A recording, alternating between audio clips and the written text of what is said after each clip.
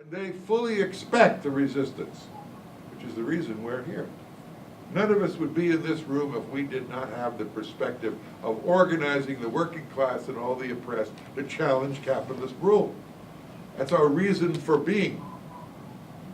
And we think we can win because we have the vast majority on our side who have no interest in the exploitation and oppression of other peoples, and who have every reason to unite against the horrors that capitalism has in store for us.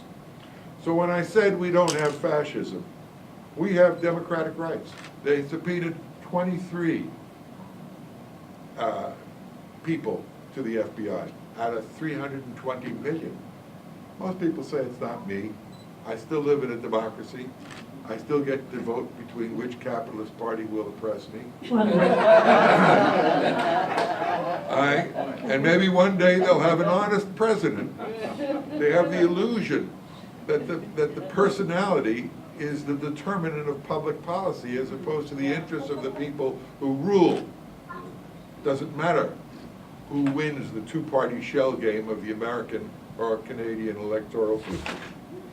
So when you ask the question, at which point will we determine that? We hope that we'll never reach that point. We're not waiting around for fascism to come so we can say, oh, this is fascist. We'll be behind bars at the time, or underground. We fight now to mobilize the working class against the repression of the ruling class, to fight for socialism and eliminate the possibility of fascism. Because there is no force on earth capable of challenging the ruling class other than the vast majority of the people. And that's what we're in the business of. That's what socialism is all about. It's about the institutional rule of the majority for the first time in history. Working people decide their own futures in their own interests through their own institutions on the basis of solving human needs, not capitalist profit. Thank you, comrade.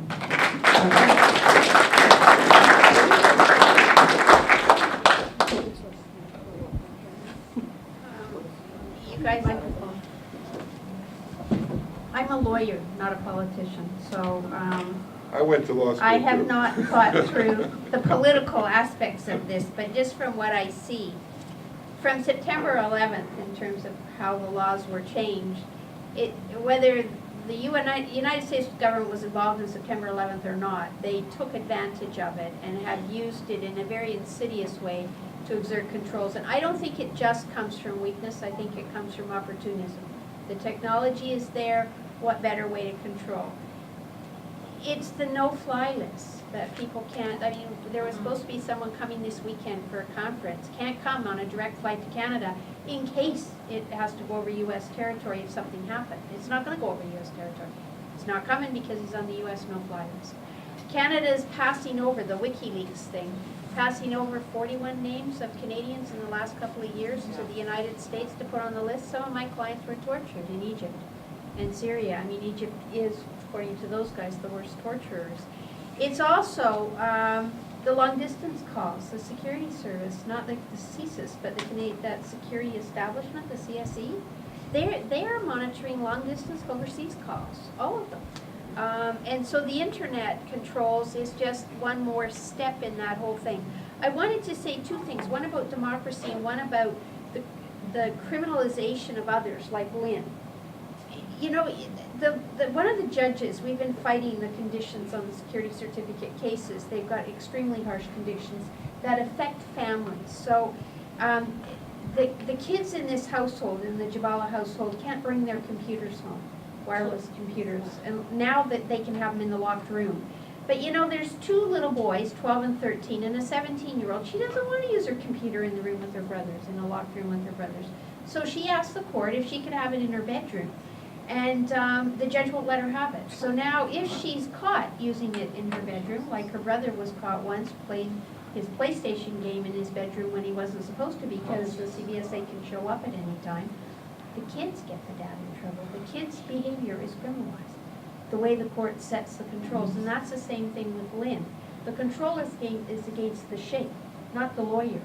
But they criminalize everybody else. If I talk to Mr. Jabala And then I go talk to Hassan Omri or Mr. Majoub, who are the other security. I'm party to the breach of the conditions because they're not allowed to communicate through anyone else. So me as the lawyer, I know them all. I talk to anybody, so Mr. Jabal is doing fine. He's in breach because of me. So it's broader than just Lynn's case. It's an awful thing that our courts are doing to children. And you know, when we raised this, the judge is thinking out loud about whether the 17-year-old needs to give the government a list of all her friends that come to her house. And then she says, oh, maybe I'm being a bleeding heart and worrying about 17-year-old daughter, an innocent kid.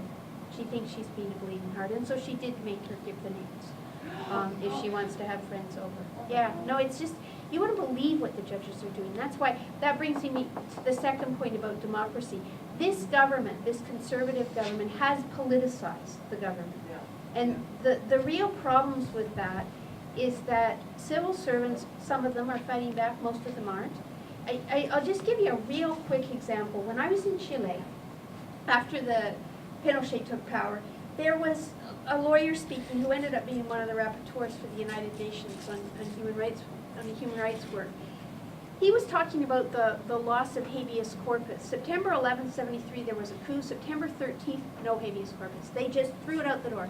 The judges that threw it out were not judges appointed by the military. They were judges who practiced law, been appointed to the bench under a democracy. And they were busy throwing out. Habeas corpus is a right that goes back to the 16th century. It is a fundamental human right. It is considered a norm of customary international law. No state can breach it. The United States has done it, I understand. So is Canada in one way or another. But it's supposed to be fundamental. The judges that did it were ordinary people like us. That's what scared me. And I don't think I've ever forgotten that ordinary people who didn't ask for the dictatorship were party to the repression. They let the police get away with making people disappear by throwing habeas corpus out. The police would come to court and say, oh, the person's not at that jail anymore. Okay, no habeas corpus. They did that kind of thing all the time. That's, when I'm in court, I look at the judge and think, if they were in Chile, which one of them would do the same kind of thing? And you know, most of them would. That's the really scary thing. I think it's fundamental that when you work with people, all ages, is to sort of, like, democracy is so tenuous. To work with people of all ages, to make them understand that principles count for something. These democratic principles are fundamental to our society, and everybody has to uphold them. Anyways, sorry. And they're not happening right now. Thank you.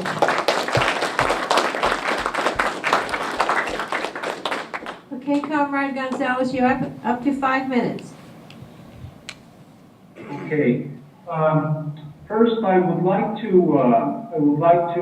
contribute on the point of the economic background of all of this. The United States has lost much of its economic clout. It's a superpower. There's absolutely no question about this. But it does not carry as a country the sort of leveraging and the sort of economic competitiveness. You can see in the competitiveness reports by the World Economic Forum. I mean, whatever we think of these gentle people at the World Economic Forum, they make accurate reports because they need accurate data. And the United States has been dropping in what is called the Global Competitive Index. If that is the situation of the United States, the situation of Mexico is much worse. Mexico has lost about 12 places in the Global Competitive Index. And the ruling class, the Mexican capitalists, and their American masters just don't know what they're going to do about this problem. So what they have done is increased exploitation. A recent report by the Economic World, the OCDE, I don't know how you spell that in English. It's supposedly a rich countries club where Mexico, ironically, belongs, has just turned out a report in which it was after much research, it was found out that of the OCDE, of all the OCDE countries, Mexico is a place where more hours are worked daily. That is, Mexicans put out much more hours per day in work than any of the countries that belong to this so-called rich countries club. This, of course, not only goes against the legend, you know, which has a long history, and I'm not going to go into it, that Mexican people are lazy. The U.S. Ruling class knows very well that this is absolutely not true. But it also attests something which is very, very bad news. Mexico is very unproductive. That is, the ruling class in Mexico does not know very well what the productivity means. What they want is people to stay longer at their jobs and to do whatever they're told, and people putting all sorts of hours into their work, and that is their answer to the dropping in competitiveness. They don't have a strategy. The Mexican ruling class does not know what it is going to do in the world market today. They don't have a competitive product. They do not have a strategy. They don't know how they are going to come with a formula in which employment can go up and of course economic growth can come as a result of that strategy. Their sights are very, very narrow.